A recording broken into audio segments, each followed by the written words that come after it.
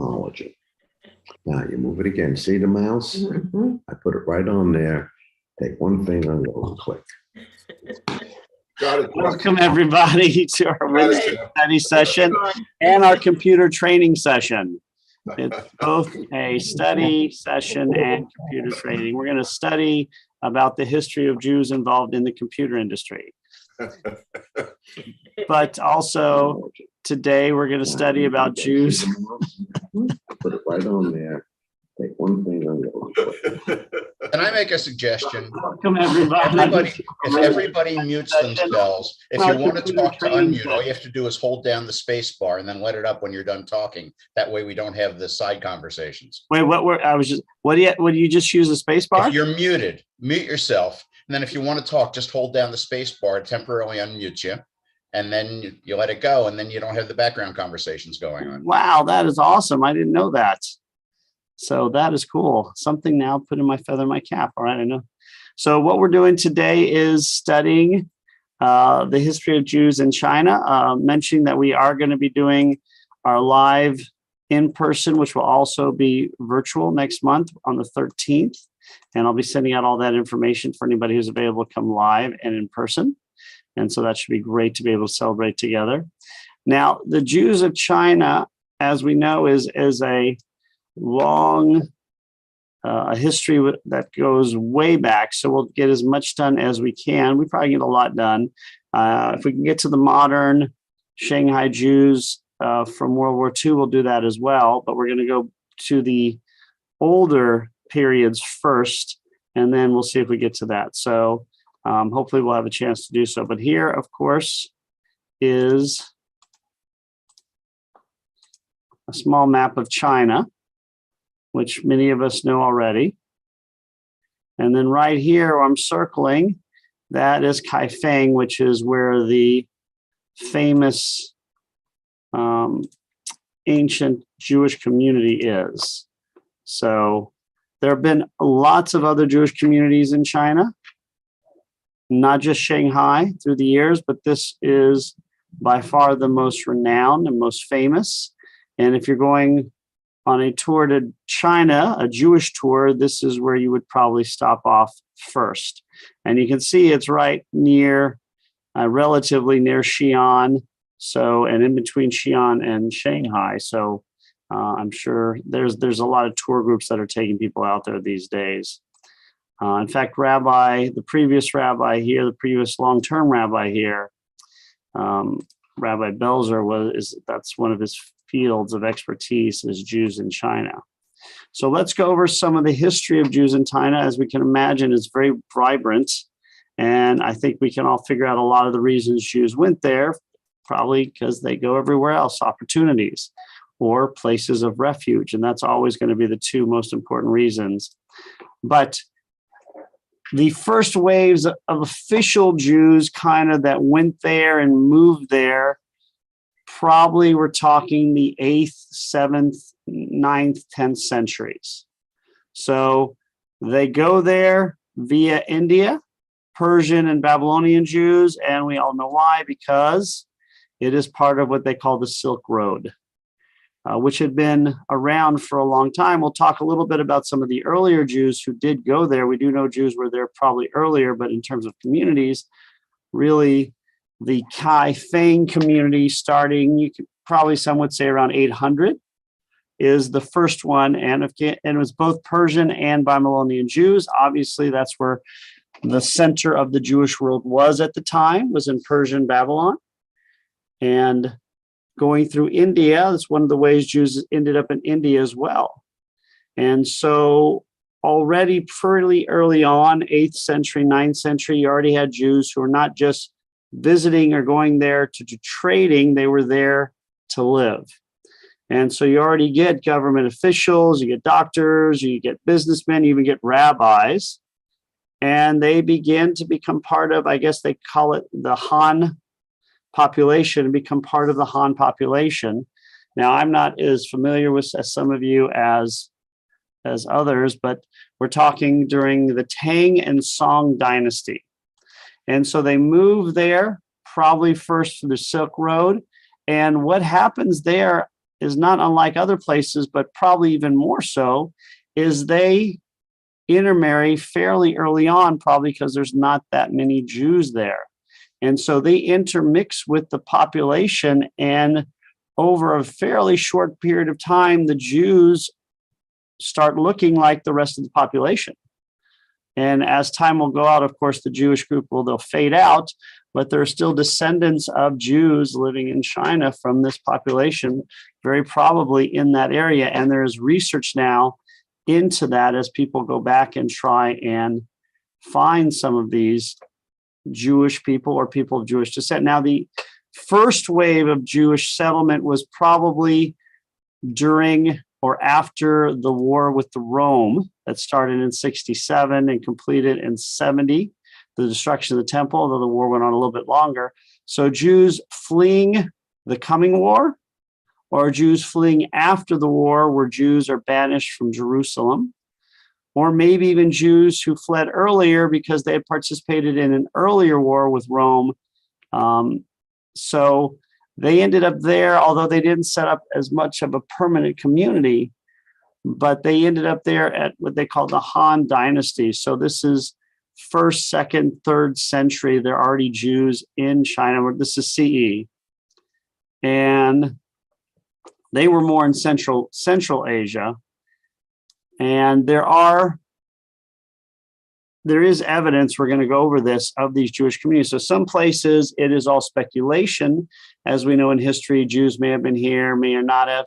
In China, which as we know is a very literate society, there is evidence. There's even evidence on paper from an early point in history.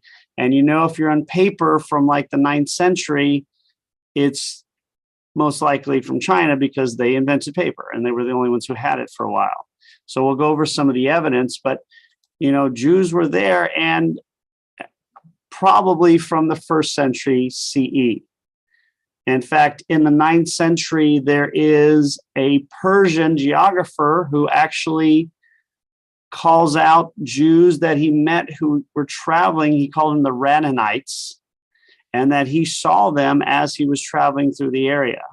So definitely there's proof going back all the way to even before the 9th century, which is kind of cool to know that Jews have been there, because most people, when you talk about Jews in China, they think about the rescue of 10,000 plus Jews during World War II, because of course it was one of the few countries that you didn't need a visa to go to, although it was hard to get there. And also because, Japan controlled China and they refused to kill the Jews, even though they had, they were terrible to prisoners of war, worse than the Germans by far. But for the Jewish community in China, they protected them because probably they just, they knew at some point they were going to lose this war. And West was already really upset with them because of how they treated the people in China and how they treated POWs. So they just decided not to kill any of the Jews and protect them. I don't know if it was for any other reason. Some people think it was because they were being nice, but who knows? Jeff. Rabbi, there is a Japanese Jewish connection that goes back before this period of time where Japan was looking to refinance their navy, and which they successfully did before the Russo-Japanese War, which Japan enters the West as a full-time military power. Their financing came from a Jewish banking consortium, and Japan was grateful to the Jewish community for the financing to build their navy at that point. And that's one of the big connections, especially with the military and the Navy. Yeah, and that may have played a part as well.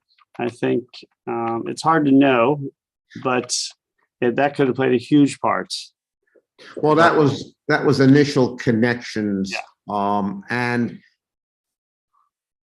when the Nazis tried to get the Japanese to export their Jews there, for the final solution, Japanese just never paid any attention to it. And, the military generals, in some of the writings I've seen, were still beholding for the financing in the 19th century. Yeah, and I think it was just basically, why are we going to do this? This is not going to help us in the war. But it could have been a combination of things. For whatever reason, they were very harsh to POWs, very harsh to the Chinese in any place they captured, but very generous to the Jews. And, as we know, we'll talk about him, there were some people in China and Japan who were just supportive. So, but let's go back further. Let's go back to the Jews. So there are 3 inscriptions from Kaifeng that talk about the Jewish community early on. So they called steles. There's one from 1489, which commemorates the construction of a synagogue in 1163. So that's actually proof all the way to 1489. There's one from 1512 that talks about Jewish practices. And there's one from 1663 that talks about the previous 2. So we know at that time, there are still Jews living in Kaifeng all the way from the 9th century to the 17th century. Although there is a belief that by the 17th century, there was only maybe 10 to 15 Jewish families left. Because by the 18th century, they would be completely gone. But it's interesting that they lasted a good 500, 600, 700, 800 years in this one area. And often your livelihood, it was dependent upon who was ruling you at what time period. And for 500, 600 years, they were able to stay in this one area and really thrive with very little restrictions. They also know their communities in Hangzhou, Ningbo, Yangzhou, and I'm pronouncing these right, Ningxia, Guangzhou, and of course Beijing, Nanjing, Xi'an, Lulang. So there were lots of Jewish communities, even though this may have been the most well-known, but it may not have even been the most prominent, certainly not by the 17th and 16th centuries. Some of the others, and also often dependent. Now, the Chinese called the Jews, and I'm going to pronounce this Yutai Ren. I'm going to pronounce that. I'm sure I pronounced that wrong, which is basically Yutai Ren. Yutai comes from Yehuda, they think, which of course is Yehudim, or the name for Jews, but also the name of the tribe of Judah. So, but that was not the only name. They had lots of names depending where they were. They called them Jinjiao, which means the religion which removes the sinew, which of course has to do with kosher eating. And so that was one. They were called the Blue Hat Hue, or Hui, because they wore different colors, and the colors of the hats were used to distinguish Jews from Muslims, because the Chinese didn't always know the difference. They both believed in one God. They both had specific eating regimens, so they were often confused and mixed up with each other. And so this was one of the ways they delineated who was what. They were also called, they called their synagogues the Pure and Truth. That's what Chinese call Jewish synagogues. It's the same thing they called a Muslim mosque, the Pure and the Truth, which is interesting. But again, I think they didn't always know the difference, even though, of course, the Muslims had big empires and we did not. We have evidence of a business letter from the 8th century, which is on paper, written in a Judeo-Persian language that talks about the presence of the Jews in China and Kaifeng. That is a pretty impressive piece. It's now in, I think, the Jewish Museum it's either in Israel, maybe it's in England, the British Museum. And that is, it's an incredible piece. It's from an Arabian traveler that talked about people who had been following a rebel leader besieged a place and killed Arabs, Persians, Christians, and Jewish residents there. So the early one that talks about Jews being there is basically talking about how they were killed there. So basically, if you were killed in an area, that meant you had to be there. So it was on a list with others. So this, again, is some of the earliest evidence of Jews being there. And it's, sorry, those are two different ones. So there's two. There's one there and one other. So basically, we have two pieces of paper written in the 8th century, 9th century, which talk about Jews being there. One is this one about Jews being killed. Another is lines about Jews living there. You can see one. I think one's at the British Museum, but I don't know where the other one's at. I think it's in Israel, but I can tell. Does anybody know where the letters are housed? I'll take that as a no. I think we can probably look that up. Genevieve, I think, knows. Genevieve doesn't. Anyway, so it's, although there's theories that Jews were living there in the 1st century CE, there's pretty documented evidence that they were there by the 7th, 8th century, and they now have this. And we also know that they were often mistaken by people's Muslims. One of the most interesting things you find about them is that they were mentioned in other places, including by a guy named, you may not have heard of him, guy named Genghis Khan mentions the Jews. So when Genghis Khan is running through, and if you haven't read anything about, basically there's not much known about him because he didn't believe in writing. He did have some very illiterate people who were with him because they went with him to save the archives as he's destroying especially Chinese and Muslim cities. There were these warrior priest educated men who kept documents. And so that's how there are some documents about him, because he basically went back and forth just conquering and reconquering and taking over, but not establish anything. What is this letter about? The letter is about keeping kosher. And the fact that there are certain groups of people, namely Muslims and Jews, who don't want to eat Mongol food. And as you can imagine, by his reputation, he is not thrilled with people who don't want to eat Mongol food, and he has very definitive beliefs as to whether that should be.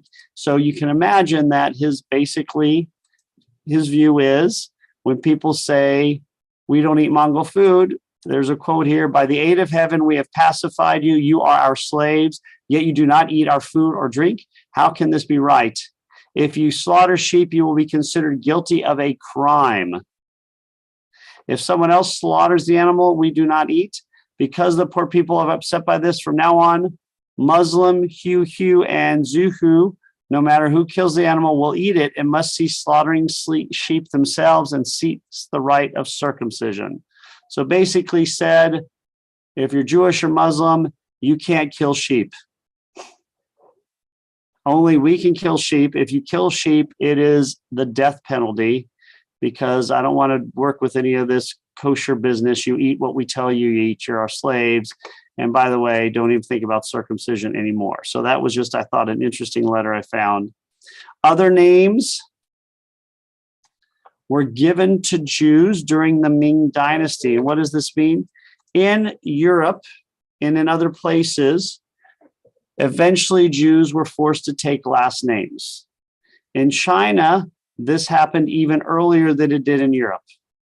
So by the 14th century, there was an emperor who chose 7 Jewish names and gave them to the Jews. And they are Ai, Shi, Gao, Gan, Ji, Lin, Zhang, and Zhao. And Jin and Shi are kind of like the ones that became the main ones. So if your last name is Jin or Shi, it's kind of like being Smith, or if you're Jewish, Goldberg. Those are like the main Jewish names that they took. Very similar to what was done in Europe, where they were required to have names, and sometimes they were bestowed upon people, and sometimes people who had money could afford to buy a better last name. And so, again, we imagine this was for the same reasons for documentation. There is an interesting story I found about Jews in China who had no connection or understanding of the Christian world. They didn't know what Christians were.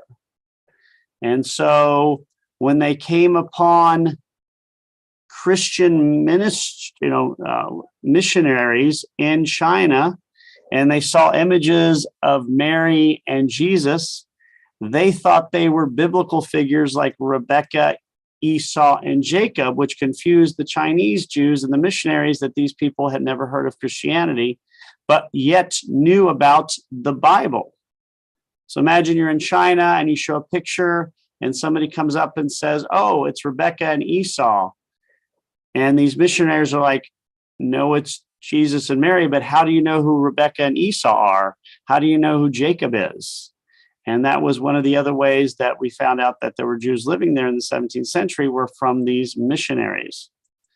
So interesting enough, as Christians came in, they were given the same name as Jews. So at one point, Hu or Hui was the distinction given to Christians, Muslims, and Jews.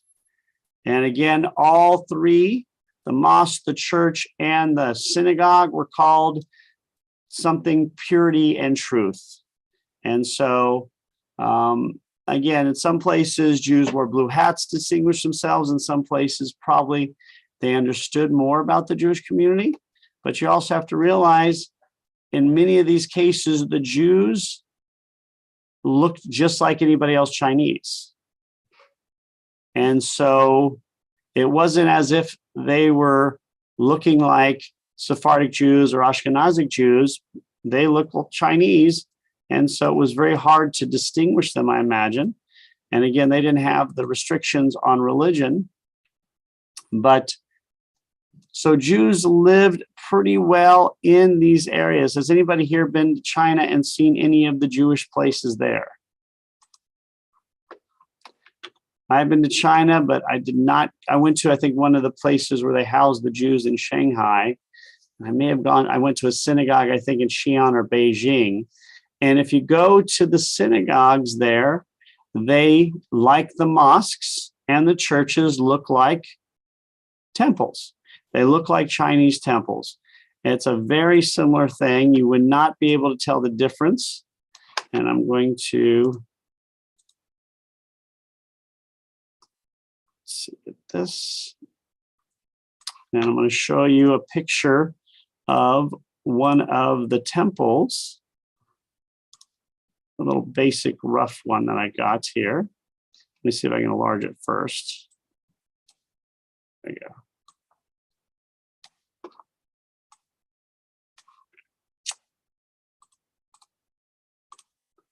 So here is, does everybody see it?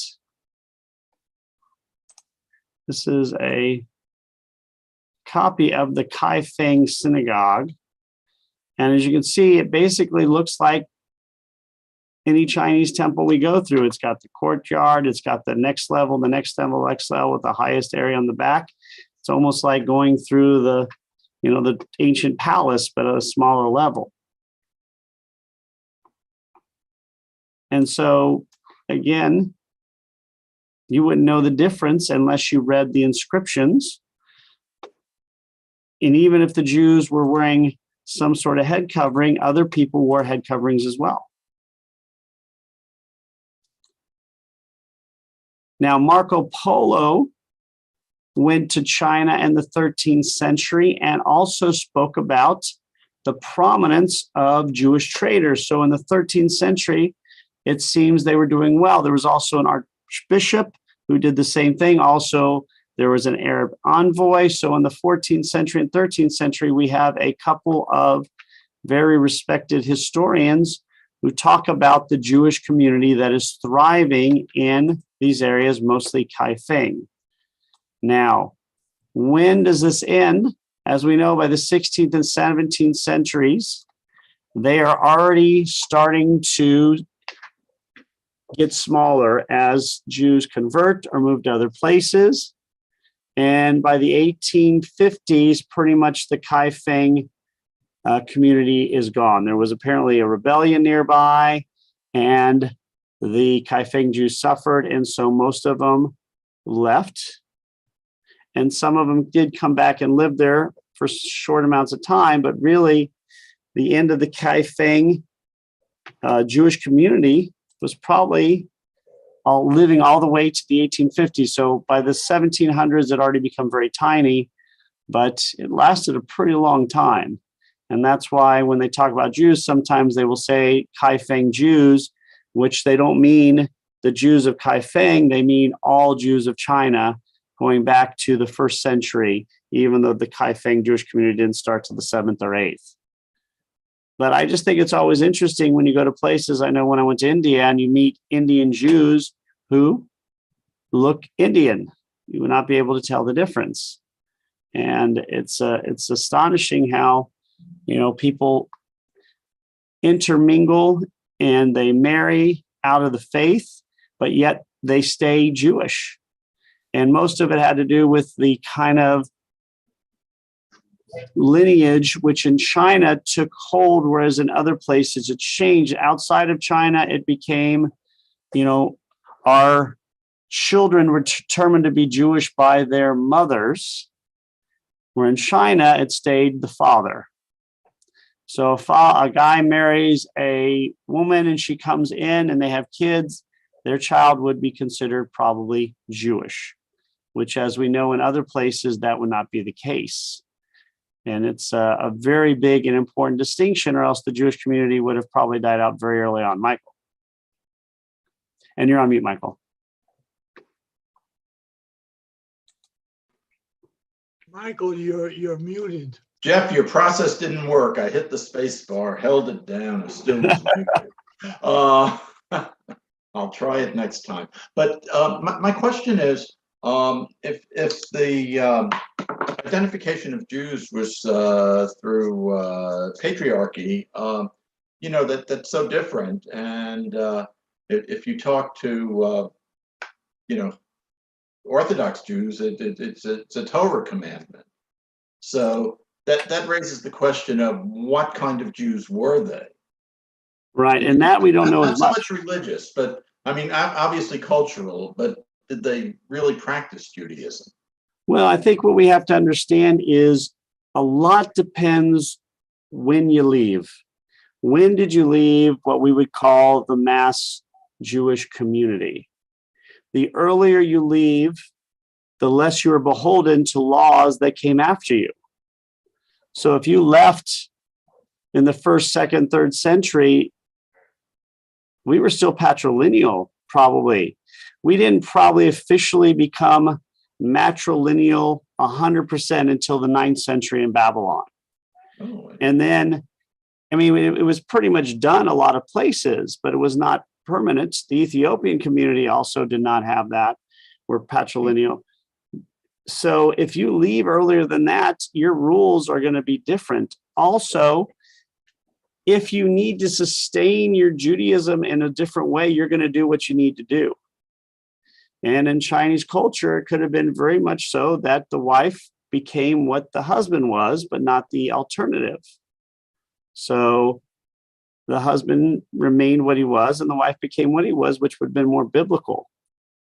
And if you're following the Bible more so than the Talmud, then you're going to do that. So matrilineal descent is what we know of, but it is not the only way historically that Jews have done it. In fact, the entire Bible is the exact opposite. It's patrilineal. It's not till later, for various reasons, that they change it. But it's very similar to the Ethiopian Jews who don't know about a lot of the holidays because they left before those holidays were created. And, So in China, you do what you got to do. So- And I imagine that was the easiest way to keep it alive. They may not even known about patrilineal, even though some of the founders were from Persia and Babylon. It may have been people who were not into doing matrilineal descent as of yet. Okay, this is good, good information for me, because I thought that the reason that we followed a matrilineal process is that it was actually written in the Bible, and you're saying it's Oh, really no, not at all. It's nowhere in the Oh. Bible. Not even close. No, Okay. Bible is completely patrilineal. It's not till later that they change it. And now, let me, if you can indulge me for a Please, minute. I love indulging you. One of the reasons I said that is because I remember going to a class, let's say, and this Lubavitcher was asked, we have DNA now, we can tell, who the father is, and who the mother is. So why do we stick to this? And the Lubavitcher's answer was because that's what Torah says. So anyway, I just said, ooh,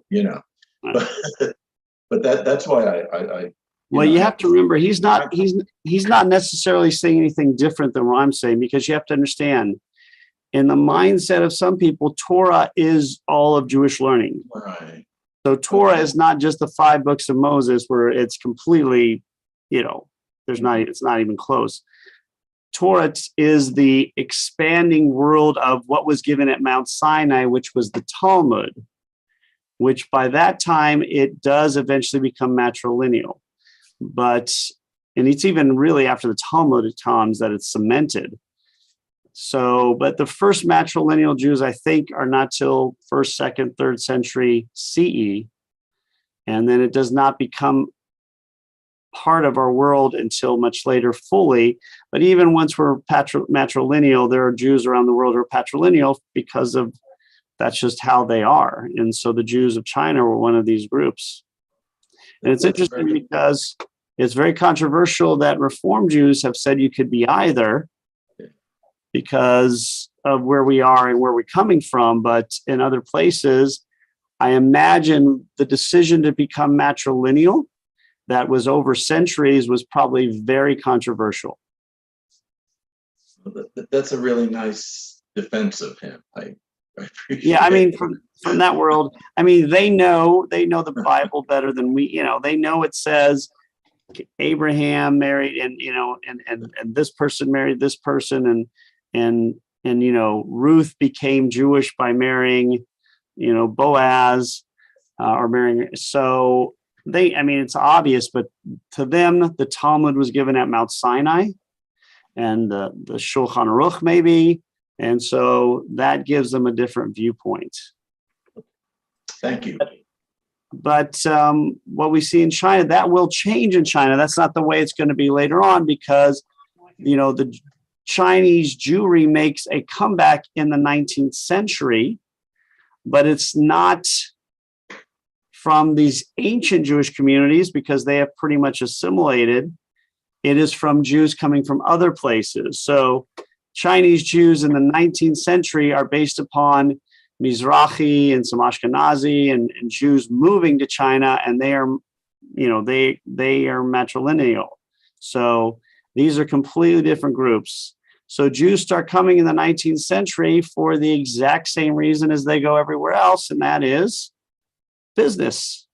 They go there for business. And so the first Jew that we know of to go is a famous family that comes in about 1850-ish to Shanghai. It's the Sassoon family, which will become a very prominent family in Shanghai, but also was very prominent in India. So it's the same family. And they were into selling, unfortunately, opium and cotton, I think, as well. So Jews started moving in the 19th century for business relations as China started to go open out. The Ethiopian Wars, there are actually Jews who are prominent from the British Empire who were coming in there. It opens up with Britain takes over it, or basically colonizes it. And so that really leaves it open for everybody to come in, and it's a way to make money. So traders come in. Hong Kong, of course, becomes a very major center of Jewish life in that area of the world. And that's where it is today. If you go to Hong Kong, anybody been to Hong Kong? You go to Hong Kong, they have a very prominent Jewish community. They've got a very nice Jewish community center with an old Orthodox community there. Then just a few blocks away, you've got the Reform Synagogue. So it's a very prominent Jewish community, mostly because of its connection to Britain before it went back to China. So in the 20th century, it should come no surprise that Jews moved there because of the same reasons they moved to America. So you have Russian Jews, not nearly even close, we're talking in the thousands, not the millions, moved there because obviously there's no anti-Semitism at that level. And they move there because they want to, have another life. And so obviously there are other issues that are going to happen, because then you've got World War I, you've got the Bolshevik rebellion, the Russian Revolution. So Jews are leaving from that area, trying to find better places to live. You've also got other Jewish communities that are set up through the years. I'll go over a couple of them. Jews would go there in the 1930s and 40s, which is the most famous group, not just the Shanghai Jews, but we'll talk about the Jews that wanted to get out of Europe and couldn't. And so getting across Russia was not easy, but they did have the train that went across it. There were other ways to cross it. Larry. And you're on mute still, Larry. Yeah, I said I didn't want to interrupt. Why don't you finish your thought? No, go ahead, please. You've got more important things than I do. Well, no, just apropos to what Michael was saying about the kind of Judaism that they practiced. I found this book. I ran out to look for it. I don't know if you showed a picture, I guess, of the synagogue. You can't see it. I lift it up a little bit higher and take it back a little bit. There we go. Yeah, there we go. That's exactly that. So it's a pagoda-like structure. Right. What was also very interesting is apparently there were photographs, and here's a photograph of a couple of tablets, which kind of look like the Ten Commandments. Would you take it back just a second, and so we can see where it's from? Yeah, very cool. Okay, the one that has like the two tablets on it. Right. And that apparently is a rubbing from an inscription that was taken in 1946 at the Kaifeng Synagogue courtyard.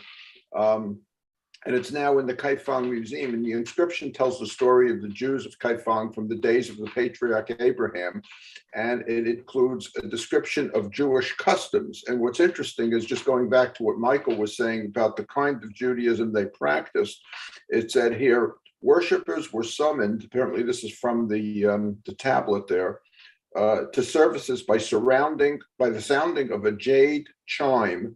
And before entering the synagogue, they removed their shoes. Inside the synagogue, the worshiper first encountered a table on which were placed the 5 ceremonial objects found in Chinese temples: a censer, I don't know what that is, 2 vases of flowers, 2 candlesticks, and 2 oil bowls. Beyond the table was the throne of Moses, on which the Torah scroll was placed for reading, and above it, the Shema, with inscribed in letters of gold. In the western wall stood the ark containing 13 scrolls, each in its own case, and above the ark an inscription promising obedience to the emperor, a mandatory feature of all Chinese places of worship. So, I mean, I could go on, but apparently they did practice a different kind of Judaism with many customs apparently that were either dictated to them by the Chinese government at the time, or just by the assimilation of the Chinese customs to Judaism. Yeah, there would have been very similar. All the accoutrements would have been similar probably to any other temple they had there. So it makes it. And again, try and become part of the community. A very strong Jewish Confucian symbolism of the two, like a an assimilation of both of the cultures, the Jews and the Confucian symbolism was kind of what was practiced. Yeah, and again, you do what you need to do to be part of the community. And they had a wide range of practices through the years, probably assimilating a lot of the cultures that were done in other places. And if you go to those places, especially the mosques, are a great place to go because they still have them. And you can see how much the mosques look exactly like, in a Chinese temple. That was, of course, not unique to Judaism. I remember we were in Hawaii and we were on the beach in Waikiki one Sunday morning, and they had a Christian service going on there, and they had hula dancers coming out, and they had the priests were dressed in traditional Hawaiian garb.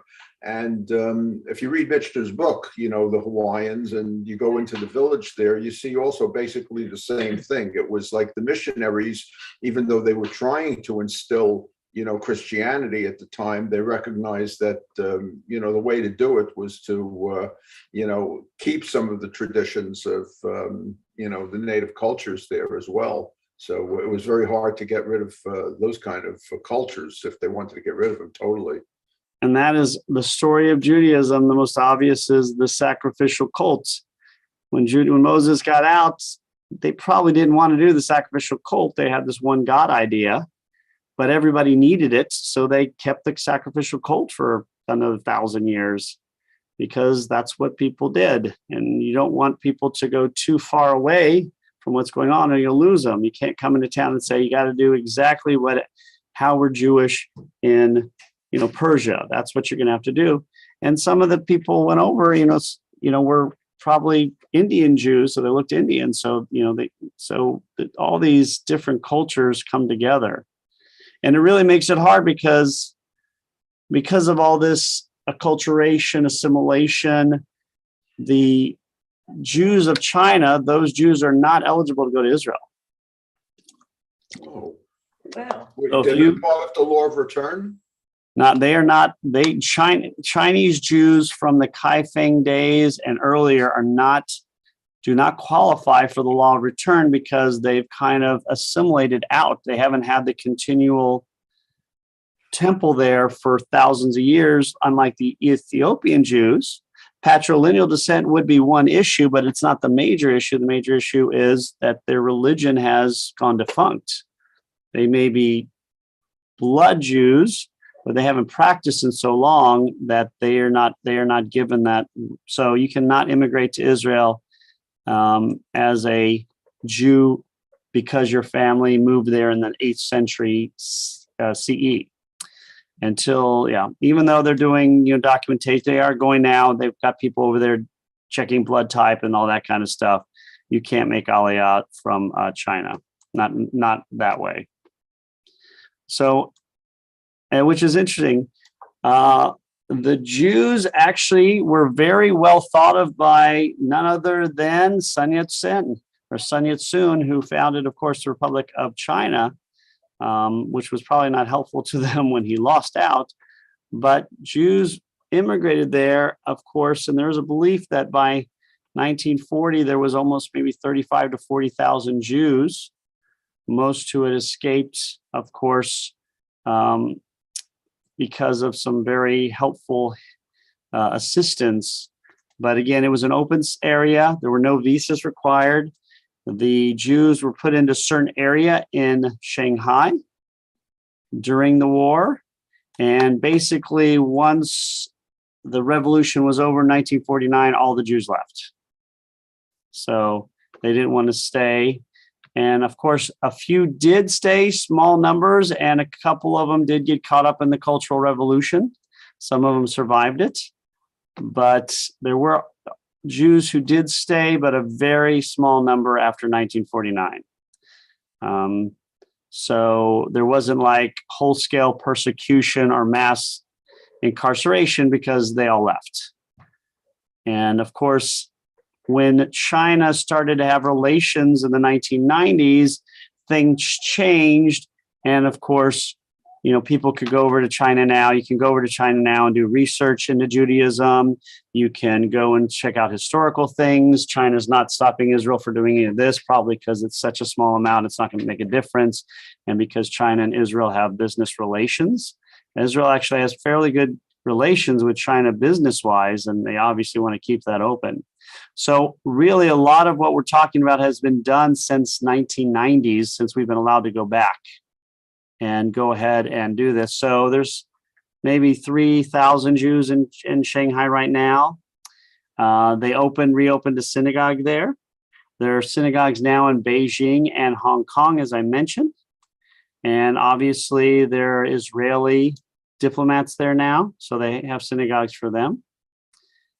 So the Chinese history of Judaism is in several parts. It's the older communities who may have immigrated in the 1st century, but who certainly immigrated in the 8th and 9th centuries.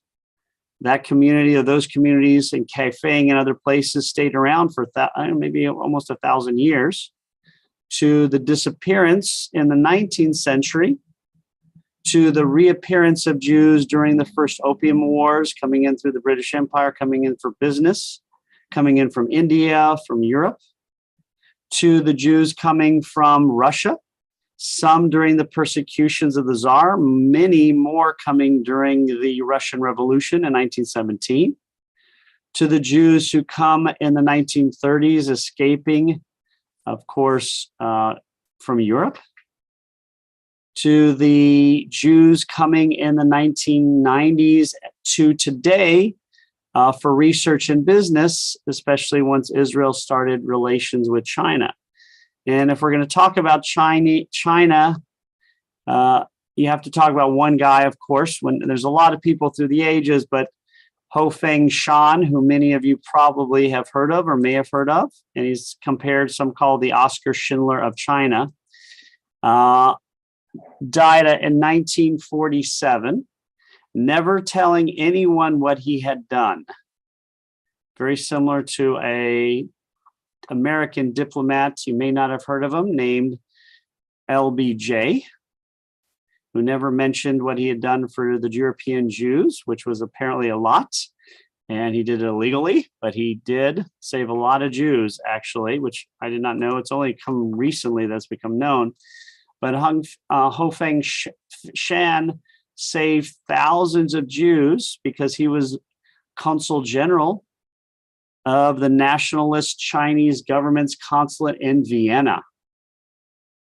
And so he gave, some say, up to 10,000 or even more visas to Jews. So he was just basically writing visas the whole time.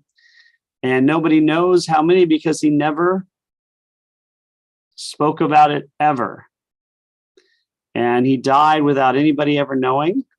And after his death, people started, I think some people kind of knew he did a little bit of it, but after his death, because there's a few references before he died, but after his death, that's when the research started coming out and they started finding that it was not just a couple of people, it was maybe tens of thousands, because Shanghai was an open area which did not require a visa. So they just had to find ways to get them there. And so what he did, he's got them transit visas to Palestine, to the US, to the Philippines. So some of them were going through America, but they couldn't stay here, but they ended up in Shanghai. And then they eventually came back to America. But basically, he could get anybody there. He just had to find ways to get them there. So, Jeff. What was his name again, Rabbi?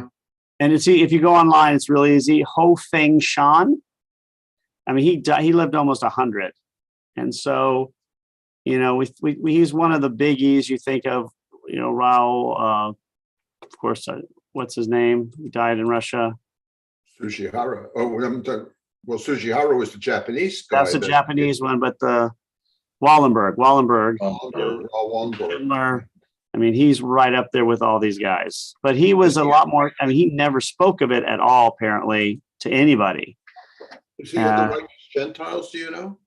One more time? Is he commemorated in the Righteous Gentiles? He is, I believe, yeah. Yeah, wow. I think and they only did it like a few years after his death because nobody knew about it. So, it takes years of research. So I think what happened was there was like, in one of his obituaries, there was a mention that he had saved a few Jews. That was it. And then whoever went and said, oh, that's interesting. And then they went and started doing some research and found out it was a lot of Jews, lots and lots, 10,000 or more. And then that, after a few years of research, then Israel, sometime a few years later, gave him the distinction. But it takes a couple of years to research it. But apparently he did it completely without ever telling anybody. What was his motivation? Does anybody really know the story behind it? I'm sure, that's a good question. I do not know that. I obviously know a little bit about him, but not, I should research that. I don't know why he did it. But I don't know. I don't know this much about him except for who he is. But I do know he did it probably illegally, and probably his career was, didn't want to ruin his career with people finding out later, because, why create a stir? So, but I should do more as to why he did it. That's a good question. But again, he was already dead by the time he became a righteous Gentile. Again, he died in 1997. So that's a full 50 years after World War II.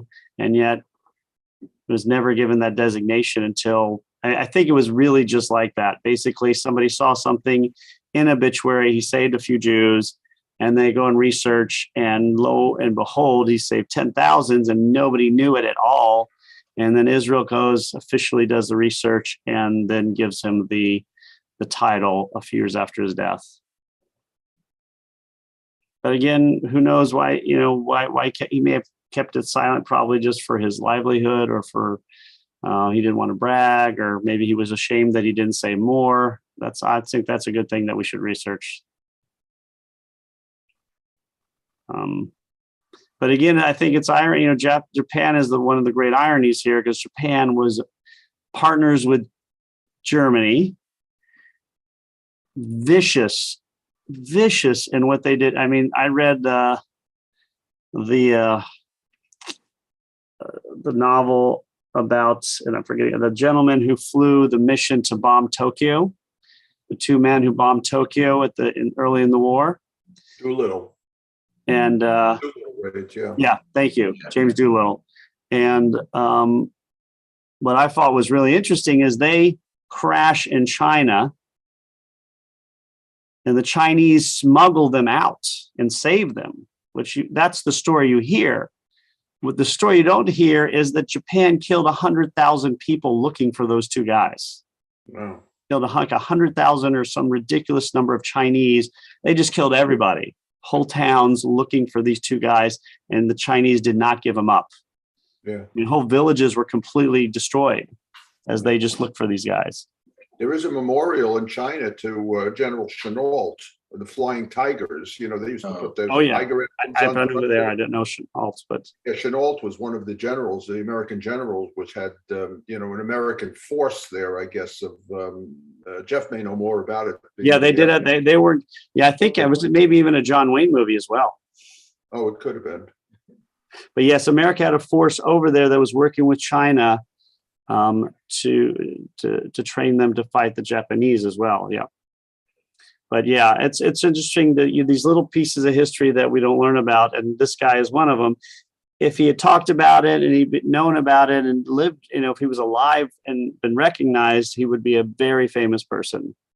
There would probably, but the fact that he kept it quiet and nobody knows why or what I don't even know if they know his intentions. They may just guess. I don't think he had a diary or anything.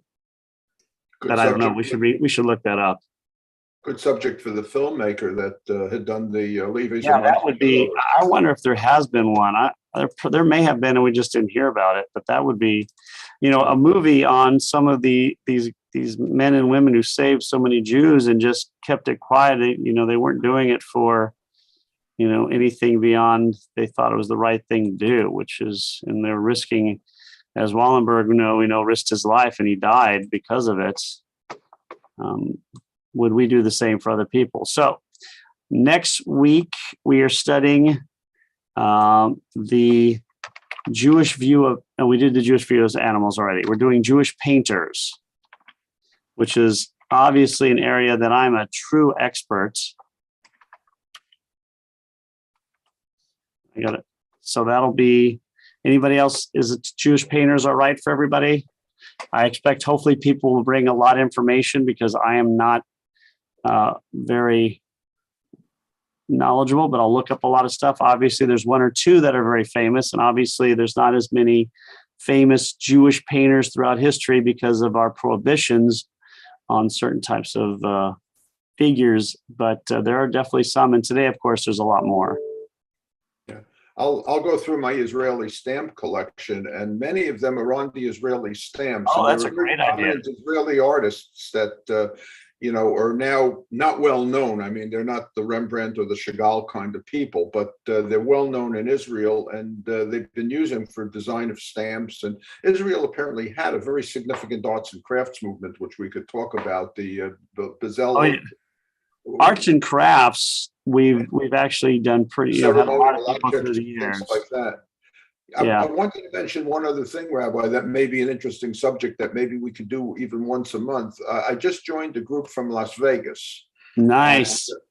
And it's a group of from the Las Vegas Jewish community. Wait, let me ask you, before you say anything, are you allowed to even talk about this group? Because we know what happens in Vegas. Yeah, I'm glad you reminded So me. what happens if a study group is based in Vegas, even though Turn you're off the recording. Turn off the recording. Right. But at any rate, we meet every Monday morning. We've had 2 sessions so far, and the person in charge of the group is only about a small group like we have here, maybe 8 or 10 people. And he picks out articles, and he's also interested in other articles. And his concept is there's something going on in Judaism every minute of the world. And let me pick out a couple of interesting things. And he's picked out, a few interesting things, and other people send it to them. And then he kind of discusses them, first in a very quick format, just like a headline kind of thing, like here's a dozen different things that are going on.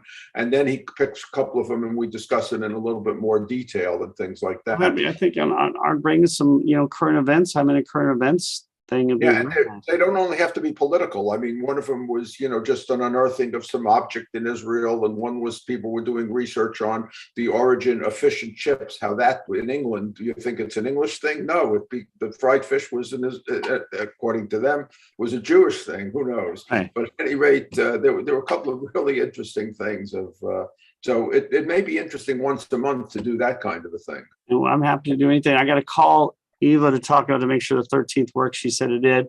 But before we end, and I'm happy to do all this, Genevieve says there's a Fetch and Sketch Jewish painting class tonight at the Jewish Arts Festival at the JEA, coincidentally. Good job on bringing. For those of you who don't know, we're just starting to publicize it on the 28th. I think it's the 28th. We're going to have a movie. We're doing a movie with Asbury, which is a church in town. It's an online movie, so you can watch it online. There's going to be an online discussion. So that information will be going out soon. Jennifer's been out, so it'll go out very soon. It is on our Facebook page. I know a lot of you are movie buffs, so am I, so it should be really interesting. It's going to be, the movie is about, and I haven't seen it yet either, so I'm looking forward to it, but it is Stranger Sisters, the story of 2 ordinary women, one Muslim and one Jewish, who dare to believe they can join hands to stop the wave of white supremacist hate surging across the United States. That's going to be 6 p.m. on Monday. If you go onto the Facebook page, you'll see the meeting ID. It is free. I'm going to put it in here. I'll put it in the chat if you want it right now. Will that be available for streaming other than at one time, or is the discussion? That I don't know. We have to check that.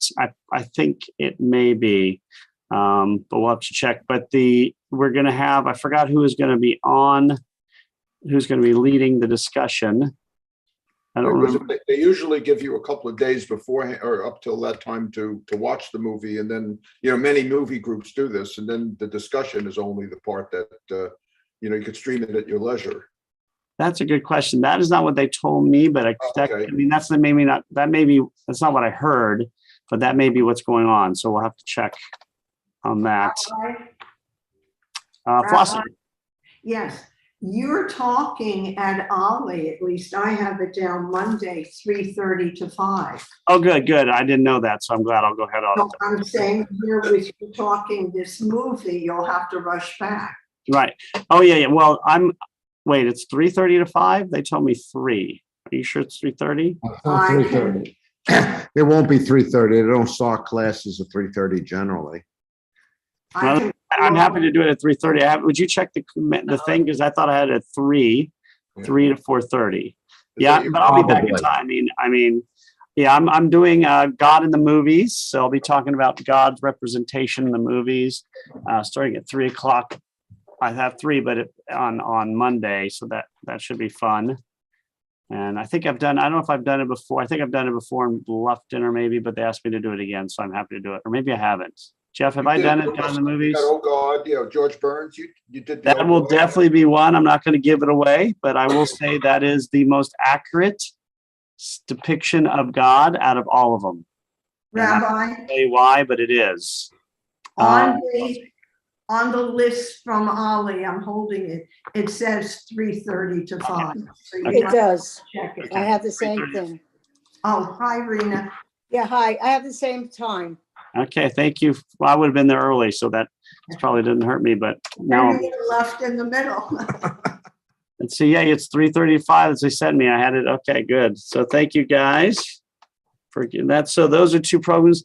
Also, Seder, we are going to have a synagogue Seder. We don't know if it's first night or second night or both nights. It's going to depend on the number of people. So if you're interested, please call the office now. You don't have to sign up now. They just need to know the interest so we can then decide on the date or dates and the place. If it's too many, we're going to use the JA. If it's not, we'll use the social hall. So this is open for members and their families, anybody who's going through conversion through our synagogue. And it's going to be limited to that this year. Next year, we'll hopefully go and open it up to everybody. Rabbi, do you have any idea when we would know, the times and the date? Probably You know, by next first- week. Yeah, because that's my first choice and I was invited other, Well, we're something- definitely doing it. So Okay. we'll know probably next week, hopefully, if we're going to do both nights or just one night. If we do Okay. one night, I think traditionally we did first night. And then Right. it will probably be first night, but we'll see.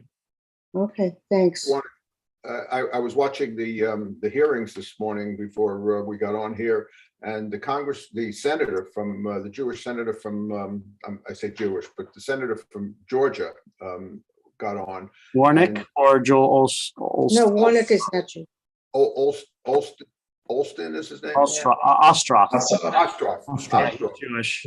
I thought he really was a credit to democracy. And I mean, he just did a beautiful Oh, good. statement. You have an opportunity to see any of the video replays. And even the way he questioned her, he asked her to give her background as community service with her family and things of this nature. And I mean, she went on eloquently. It almost brought tears to your eyes. And you thinking, a person who is so giving in a family that was so giving, but he opened the door for that. And he just made a beautiful statement. It was quite a credit to Georgia. Okay, good. Yeah, and it's not, whether you vote for him or not, I like it when Jewish politicians look good. Right. One of those things you like. You don't want them to represent well. So yeah, we'll be having nothing in South Carolina, but again, Georgia is going to be center and focused for this next election. Again, I don't know how many elections we're going to be in where it's such a focus, but we're going to have a very contentious senatorial election and gubernatorial election this year. So it'll be interesting to see what happens. So, and I'm not as familiar with what's going on in South Carolina, so you may as well. So important thing is vote. We do. Vote Believe too. me. Right, Michael? Do you have a former Georgia football legend running for senator? Oh, yeah. Who's probably going to win. I'm probably going to win. He's definitely the favorite right now. So we'll see.